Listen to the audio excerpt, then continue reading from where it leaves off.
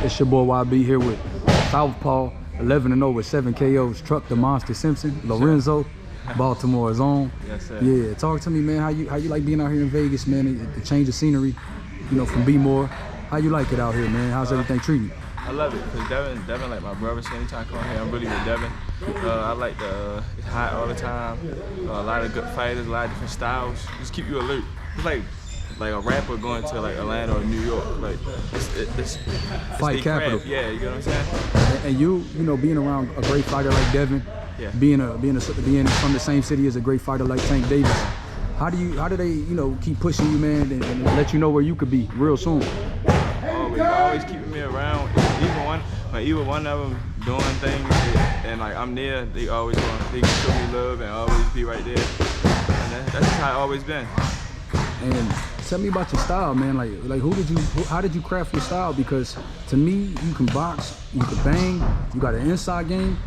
Like how did you develop your style?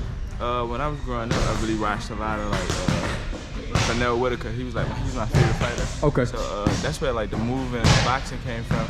And then just knowing my own body, I got strong and being around Tank.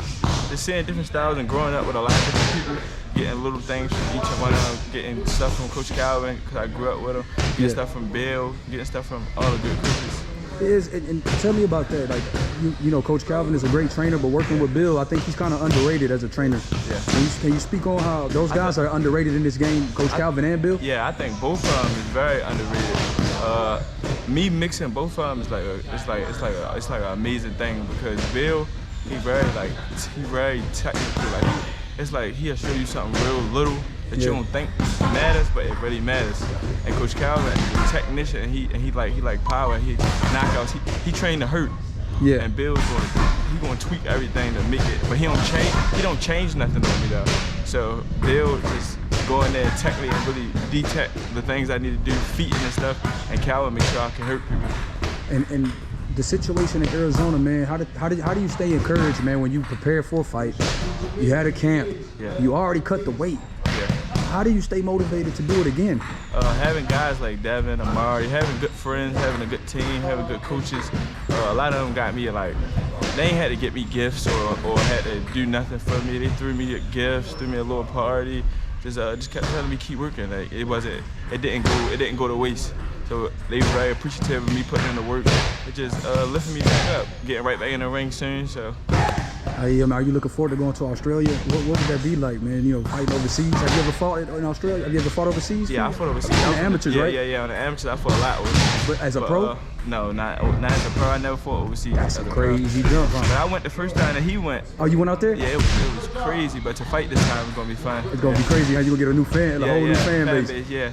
Hey. Crazy. It's a lot of them. They real boxing fans. Like when I walked out with them and was sitting close to the ring, yeah. They knew who I was, things like that. So they real good boxing fans. Bro, a lot of people, if they don't know, they need to know who you are, because you coming to take over. Yeah, you know what I mean? For sure. And you could be, look, right now you at 160, but to me, you know, you're only 22. Yeah. You'll probably be super middleweight. Yeah. And 75. I could see you fighting at both. Yeah, I could go over to that far. Yeah. And so, how many more? So, okay, you fighting October 15th, and would you, if everything goes well, you know, I know. I'm trying to be back in December. Be back in December? Yeah. To get to what, 13-0 by the end of the year? Yeah. So, realistically, how long do you think? You're only 22. How long do you think it'd take you, where you want to fight and be in title contention? You know, contenders level. Contenders level probably the end of next year. But for a title, probably for the end of 24, I should be world champion. At 24 years old? Yeah. You'd be right there for title range? Yeah. And let me ask you a couple breakdowns. Ryan Garcia versus your boy, Tank Davis. How is that fight going to play out, man, if it does happen? I really think, like, even though I might be biased, I really think Tank won't beat him. But I have to give credit to Ryan. Like, I think he got way better. I think people not trying to shy away from like how he getting better. I think he really getting better. I think it'll be a better fight than people think it'll be. It's because of Joe Goosen, like you said, he getting better. You think it's the new camp that he got, like the new trainer? I mean, I don't really know because I don't be around him. Yeah. But I just think, even when he was with Canelo, he was getting better. I just think from when he was growing up, he had so much room to grow. So now in the pros, he's growing. So that's why you can still see him growing, because he has so much room to grow. And what about Crawford Spence? It's a 50-50 fight for me. I don't know. I know both of them guys, but I don't know who's gonna win. It just has to happen, huh? Yeah, it just has to happen. Did you see Canelo Triple G yesterday? Yeah. What did you think about that, man? I don't. It seemed like something was wrong with Triple G. Like, he ain't throw no overhands, no body shots, no right hand. I mean, I think it was his trainer. Like when he was with Abel, I think he was Triple G that we all know, knockout artist. But I don't know what he did. He just didn't fight really. And do you think Canelo needs to fight a guy like Benavidez, or do you want to see him with his Charlo? Do you want to see him? I mean, I would love to see him versus them guys, but his argument is valid. His argument, he's saying that they didn't accomplish nothing, is valid.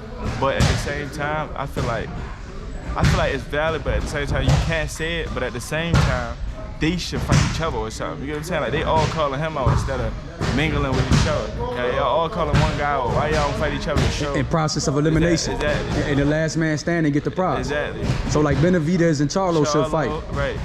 Or Caleb Plant and Benavidez, or Caleb Plant and Charlo. Any of them guys. Now, so who are some of the other guys? Like, okay, Shakur Stevenson, Kasey, how you got that fight going?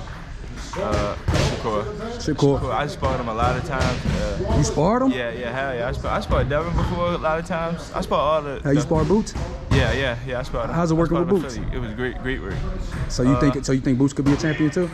Yeah, I think once they leave, he's gonna take over that. So how you see him versus Virgil Ortiz? I think he's too strong for him. Think he's too strong? Yeah, I think he's too strong. His hand speed is different in person too, bro. Yeah. In person is very different. Yeah. Because he could switch, like, you know, he fights southpaw. Yeah.